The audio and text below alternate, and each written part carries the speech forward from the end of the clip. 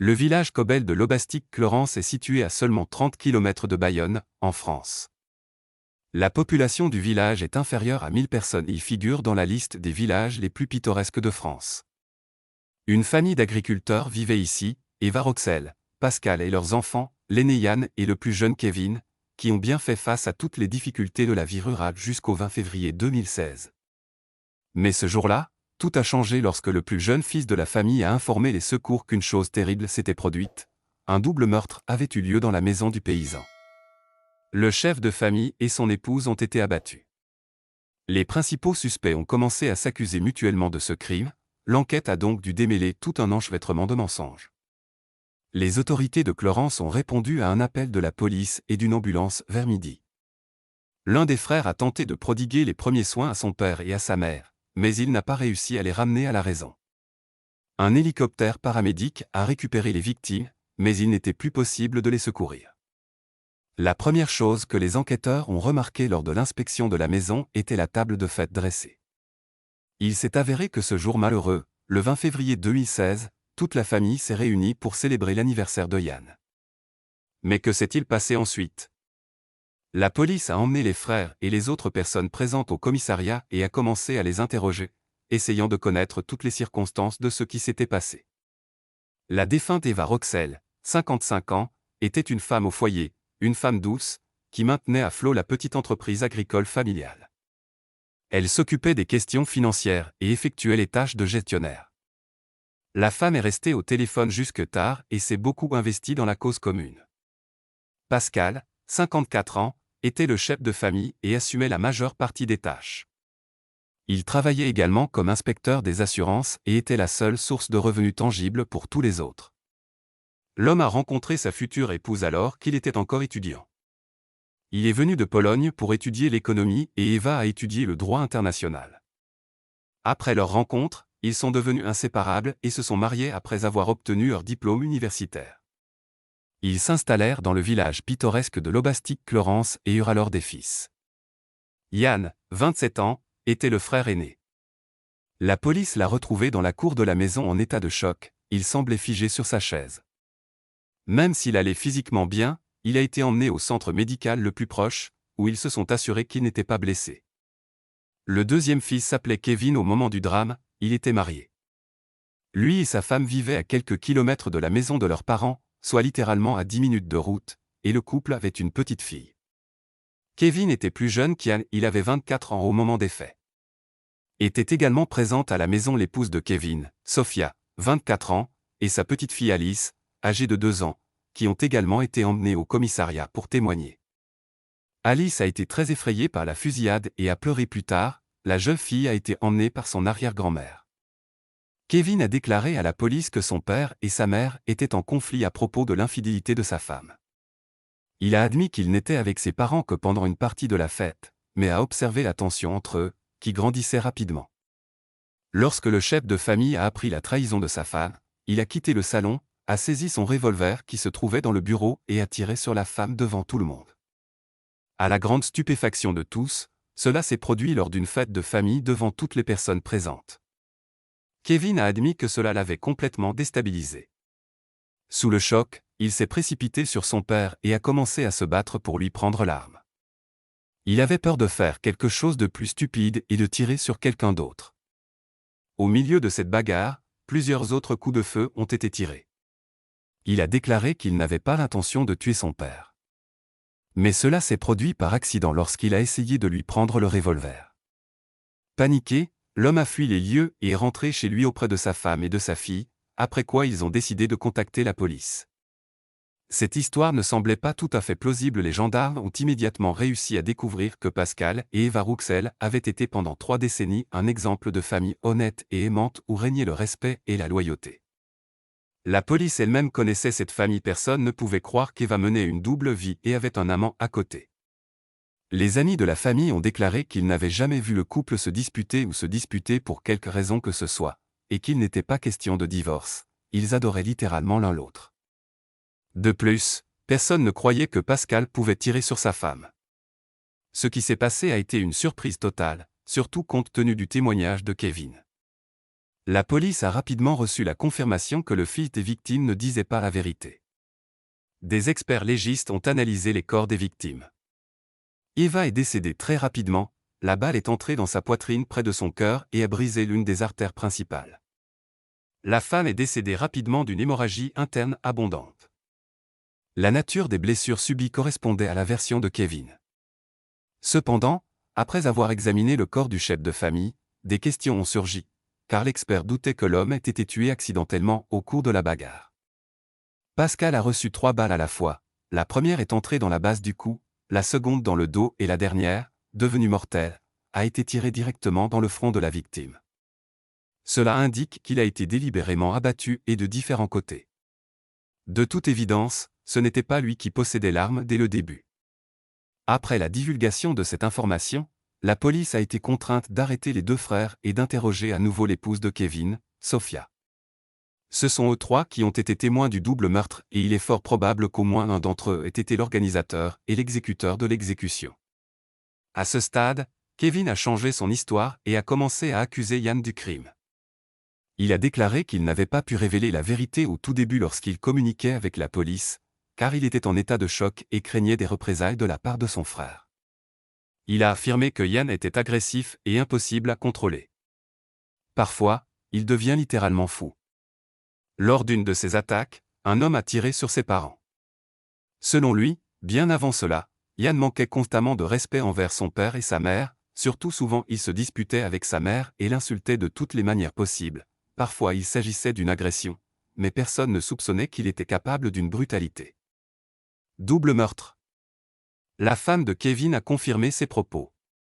Selon le témoignage de la femme, le jour de la fête, Yang s'est vraiment comporté de manière inappropriée. Il était très excité et se déplaçait sans cesse dans le salon. À un moment donné, il a commencé à attaquer les autres, et après un moment, il a couru dans la pièce avec un revolver. Le gars a crié qu'il tuerait tout le monde, une lutte s'est ensuivie au cours de laquelle les parents des frères sont morts, mais Kevin a réussi à désarmer le parent fou. Pendant ce temps, Yann dans l'autre pièce a donné un témoignage complètement différent, il était taché de sang. Selon lui, pour avoir aidé son père et sa mère, il a eu de grandes difficultés à communiquer avec la police. Yann était dans un état de stupeur, en état de choc. Cependant, selon toutes les indications médicales, il était en bonne santé. Yann parlait peu, avec des phrases très fragmentaires, il n'a pas avoué le crime, au contraire, il s'est présenté comme une victime. En même temps, le frère aîné était incroyablement calme en décrivant les événements sanglants de cette soirée. Yang n'a montré absolument aucune émotion, même l'avocat a été étonné du froid de son client lorsqu'il a décrit le double meurtre brutal. Selon lui, l'arme était entre les mains de Kevin, et c'est lui qui a commis le massacre. Et maintenant, Kevin essaie de rejeter la faute sur son frère. De plus en plus de questions se posaient dans cette affaire, les frères se rejetaient la faute les uns sur les autres et il n'était pas clair qui croire, il n'y avait aucune preuve fiable de l'implication de l'un d'eux. Craignant pour la sécurité des citoyens et des membres survivants de leur famille, le tribunal a décidé de placer Jean Rouxel en détention jusqu'à ce que la situation soit clarifiée. Il finit à la prison de Mont-de-Marsan, à 100 km de la maison où ses parents ont été assassinés. C'est à ce stade que les psychiatres ont travaillé avec Yann. Il s'est avéré que le frère aîné souffrait de troubles du développement qui n'avaient jamais été diagnostiqués auparavant. Il souffrait d'un grave degré d'autisme, appelé syndrome d'Asperger. En fait, le gars était très intelligent, a commencé à lire tôt, a parfaitement étudié dans une école pour enfants spéciaux, mais une telle déviation se caractérise par des problèmes de comportement. Les gens vivent comme des robots, ils sont capables de traiter efficacement les informations et de travailler, mais ils ont besoin d'un soutien et d'une supervision constant dans la vie de tous les jours. Ce syndrome est diagnostiqué assez rarement, ce qui fait du meurtrier probable un client intéressant pour les psychiatres pénitentiaires. L'une des principales caractéristiques du syndrome d'Asperger est l'absence presque totale d'émotions chez une personne. Il ne sourira pas, ne transmettra pas ses émotions, ne regrettera pas et ne sera pas triste. C'est dans cette maladie que réside le secret de l'incroyable calme de Yann lors des interrogatoires. Eva est tombée enceinte de Jean à l'âge de 27 ans. Il est né avec un handicap. Cependant, la famille vivait dans un petit village isolé, donc personne n'a pensé à le montrer au médecin et à rechercher des anomalies chez l'enfant. De plus, à cette époque, il ne connaissait pas encore l'autisme. Les parents croyaient que Yann avait simplement de tels traits de caractère. Ils ont dû s'adapter aux traits de personnalité de leur fils et lui consacrer plus de temps qu'à Kevin. C'est peut-être pour cette raison qu'il en voulait à son frère aîné. Les psychiatres qui ont examiné Yann ont affirmé que, dans le contexte de cette maladie, les paroles de Kevin se sont révélées être un mensonge. Les personnes souffrant du syndrome d'Asperger ne sont pratiquement pas sujettes à l'agressivité et à la cruauté. En règle générale, ce sont des individus très calmes et indifférents qui ne représentent aucun danger pour la société dans son ensemble. Yann était un jeune homme agréable qui n'a jamais montré d'agressivité envers ses parents ou quiconque. Ses amis et connaissances de la famille ont affirmé qu'il était toujours calme et qu'il communiquait bien avec son père et sa mère. Dans ce contexte, la police a dû prêter davantage attention aux propos de Kevin. Il est devenu de plus en plus évident qu'il essayait de cacher quelque chose. Le fait qu'il restait tout le temps sur les lieux de la tragédie et essayait de prodiguer les premiers soins à ses parents, contrairement à son frère Kevin, qui, pour une raison quelconque, était indifférent à cela, parlait également en faveur d'Yann. Yann a pratiqué la respiration artificielle et des compressions thoraciques sur ses parents, mais en vain, leurs blessures étaient trop graves. Les experts savaient que les personnes autistes Asperger ne sont pas enclines à mentir, ce qui signifie que le témoignage de Yann pourrait être plus fiable que les paroles de son frère. Cependant, Kevin avait sa femme à ses côtés, qui confirmait chacune de ses paroles. Outre le fait qu'elle devait vérifier la véracité des propos de deux personnes à la fois, la police devait décider si elle devait considérer Sofia comme complice si la responsabilité du crime incombait à sa femme. De nombreux témoins connaissaient bien les victimes et leurs enfants. Beaucoup ont fait valoir que Yann était un gars bien, calme, équilibré et qui s'entendait bien avec ses parents, vivait avec eux, mais Kevin avait des problèmes avec son père et sa mère. Il n'y avait pas de compréhension mutuelle entre eux, ils se disputaient souvent pour diverses bagatelles, et c'était leur fils qui était le premier à faire preuve d'agressivité. Les détectives ont commencé à étudier plus en détail la vie de Kevin et de sa femme Sofia. Sofia Podnorchuk a rencontré Kevin via Internet en 2011. À ce moment-là, elle avait 18 ans et le garçon avait plusieurs mois de plus. Elle l'a étonné par sa beauté. De plus, la fille était intelligente, elle venait du petit village de Topar, au Kazakhstan, avec une population de moins de 10 000 habitants. Ils ont commencé à communiquer. 6 mois plus tard, le gars l'a invitée en France et elle est venue. Leur relation amoureuse s'est développée très rapidement, ils n'avaient pas encore eu le temps de bien se connaître, quand littéralement 2 semaines après leur rencontre dans la vraie vie, ils se sont mariés. Dans le même temps, les amants n'avaient pratiquement aucun moyen de subsistance, le jeune homme commençait tout juste à se relever et essayait de trouver un travail qui lui permettrait de générer des revenus. Sofia n'avait pas non plus d'emploi stable, alors les parents de Kevin les soutenaient, même le mariage des jeunes mariés lui-même était parrainé par ses parents. Ava a mis un peu de pression sur Kevin à ce sujet, d'autant plus que le gars était plutôt paresseux, mais la situation n'a pas changé avec le temps.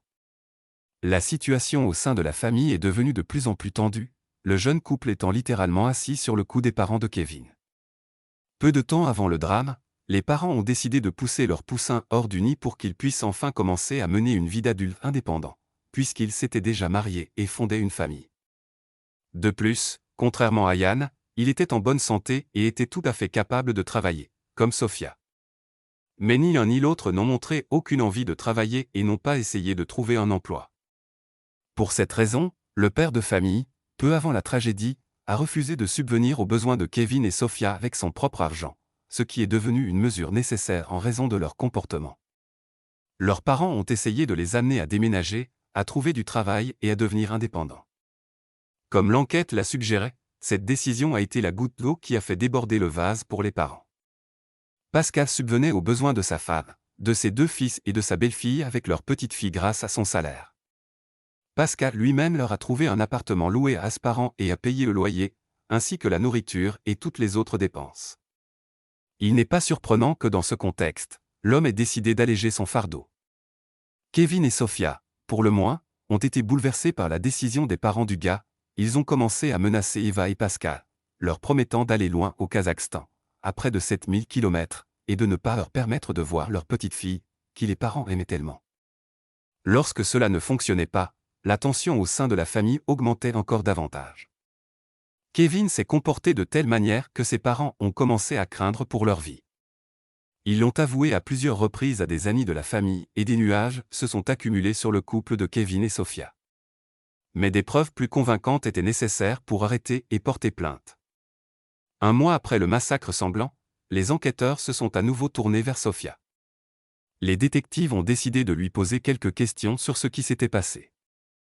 La jeune femme leur a confié que la situation financière de leur famille était extrêmement déprimante. Kevin n'a pas pu trouver de travail, le père de famille a refusé de les soutenir. En outre, il a été menacé à plusieurs reprises qu'il serait déshérité et que tous ses biens seraient laissés à Jean. Cela a provoqué une controverse constante. Certes, elle a admis qu'ils entretenaient une relation plutôt chaleureuse avec la défunte Eva, qui, malgré tout, continuait à les soutenir. Mais le chef de famille n'était pas si amical envers eux. Les propos de Sophia ont encore plus brouillé l'enquête et la police n'a pas pu trouver de terrain d'entente entre ces données contradictoires. Par conséquent, les travaux actifs sont poursuivis pour rechercher des preuves. Une perquisition a été effectuée dans l'appartement de Kevin et de son épouse, ce qui a finalement permis à cette affaire d'avancer. Un morceau de papier froissé a été retrouvé dans l'une des poches des vêtements de Kevin. Sur celui-ci, au stylo noir, les étapes du crime commis étaient décrites étape par étape. Il est devenu évident que le jeune frère allait tuer ses parents ainsi que son frère aîné et qu'il avait tout planifié. Finalement, l'enquête a permis de retrouver les indices les plus importants. Kevin a été arrêté et placé en détention sur la base de ces preuves. Les responsables de l'application des lois pensaient qu'Ian était destiné au même sort que son père et sa mère, mais apparemment, il a eu de la chance de survivre. Ainsi, Kevin allait tuer tous ceux qui possédaient des fonds familiaux, le seul héritier rival.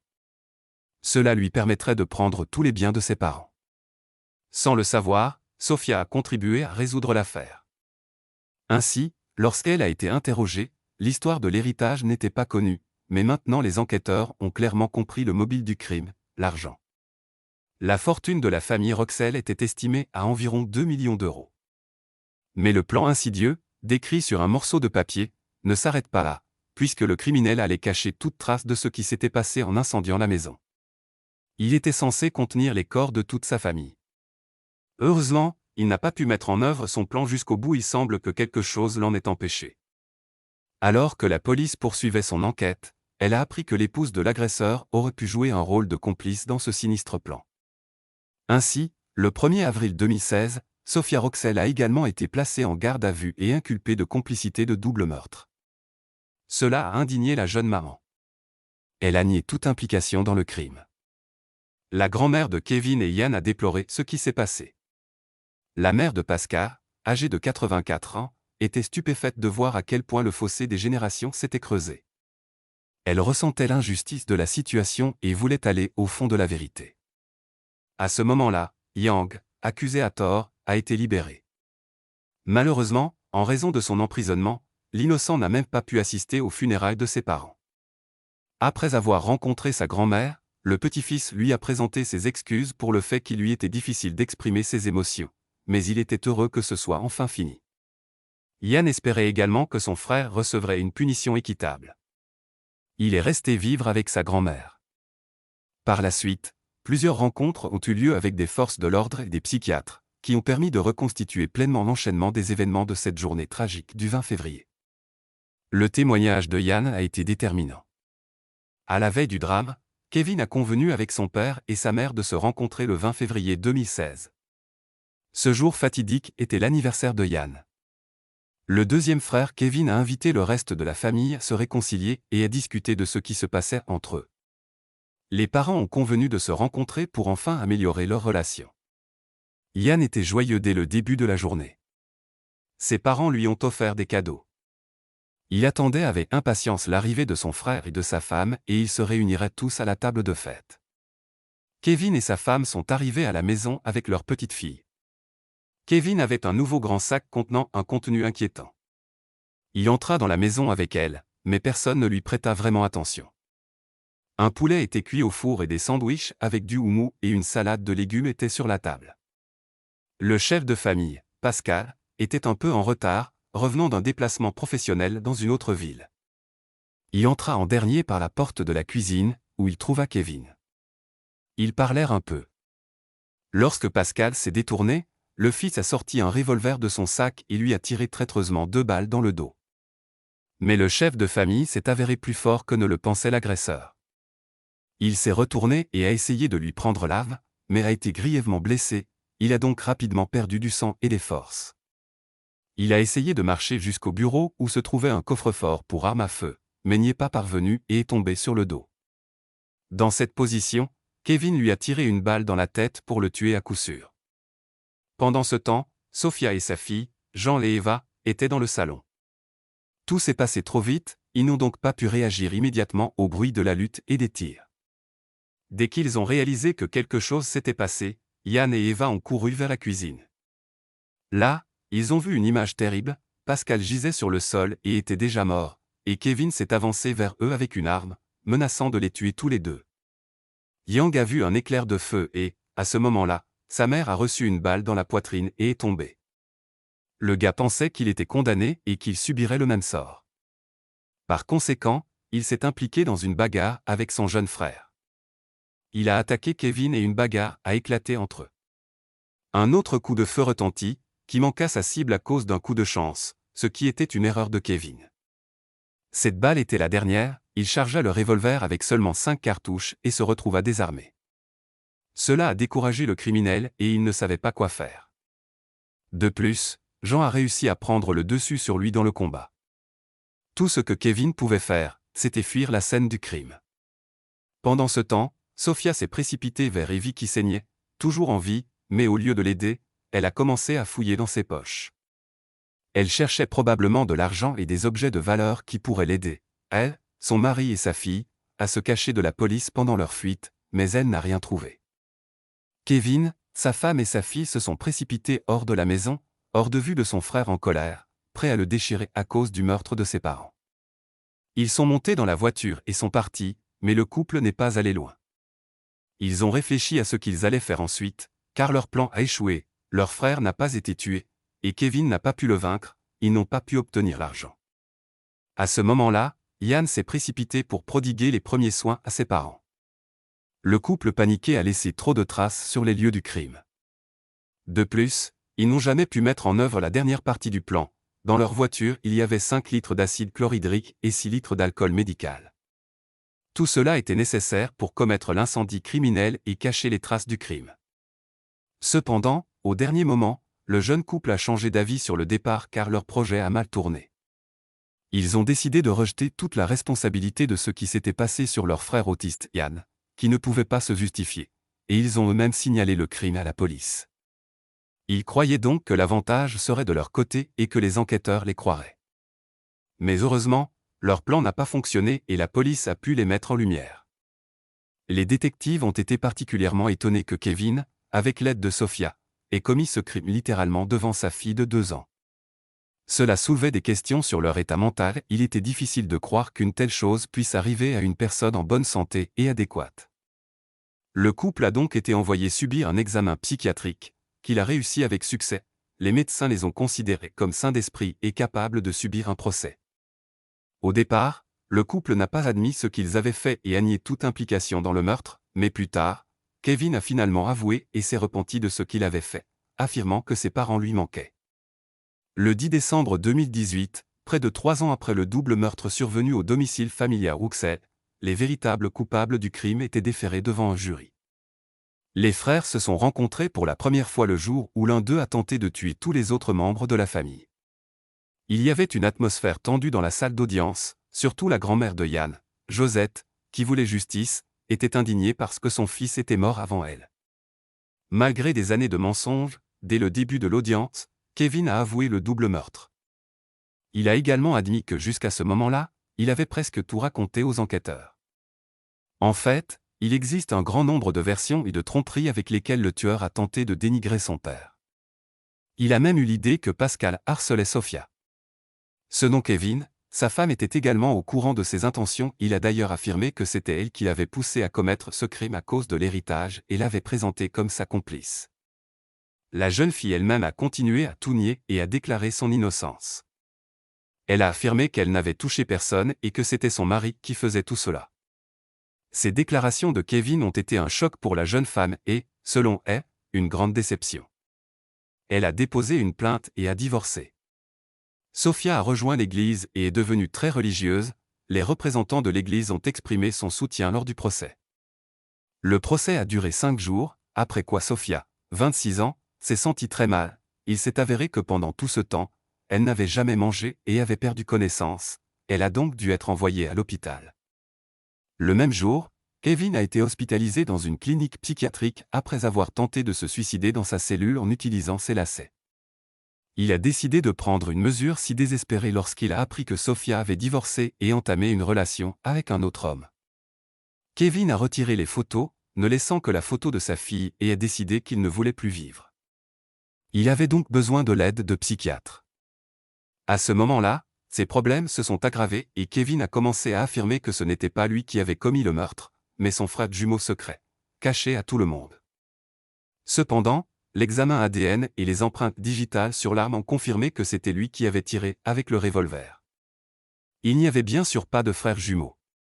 En conséquence, l'affaire a dû être reportée en raison de l'absence des accusés dans la salle d'audience.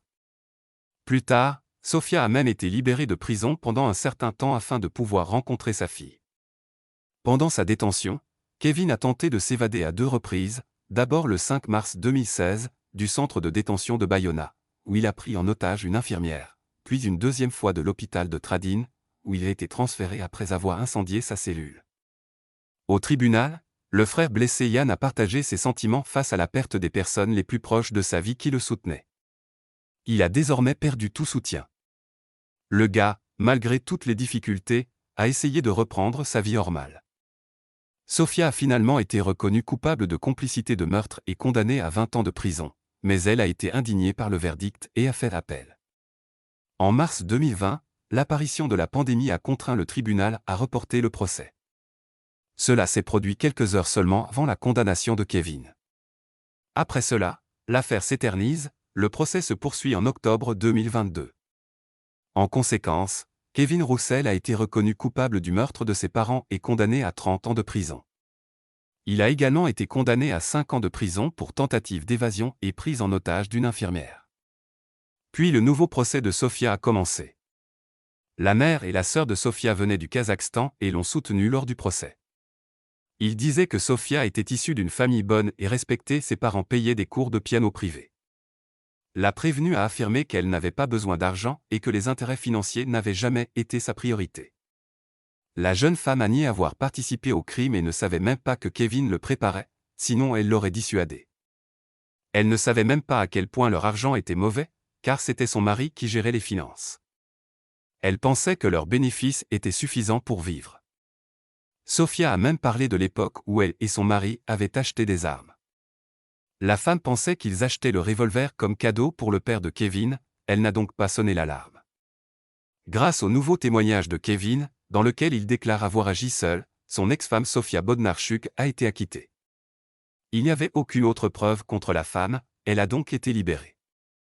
La mère de Pascal, âgée de 84 ans, était en colère parce que son petit-fils Yann avait déclaré que Sofia aidait Kevin ce jour-là et qu'elle était clairement impliquée. Selon Josette, Eva et Pascal se sont plaints auprès d'elle des blagues ridicules et cruelles de Sofia sur le moment où il mourait le plus tôt possible afin que la jeune famille de Kevin puisse recevoir un héritage. Par conséquent, ils étaient sûrs que c'était Sofia qui avait persuadé Kevin de tuer à cause de l'héritage qu'elle souhaitait recevoir. C'est elle qui a manipulé son mari et qui s'en est tirée sans problème. Yang a récemment déclaré aux médias qu'après avoir perdu son père, sa mère et son frère, tout ce qu'il pouvait faire, c'était continuer à vivre, quoi qu'il arrive. La fille Alice reste vivre avec Sofia en France. Cependant, l'arrière-grand-mère craint que sa mère ne l'emmène hors du pays.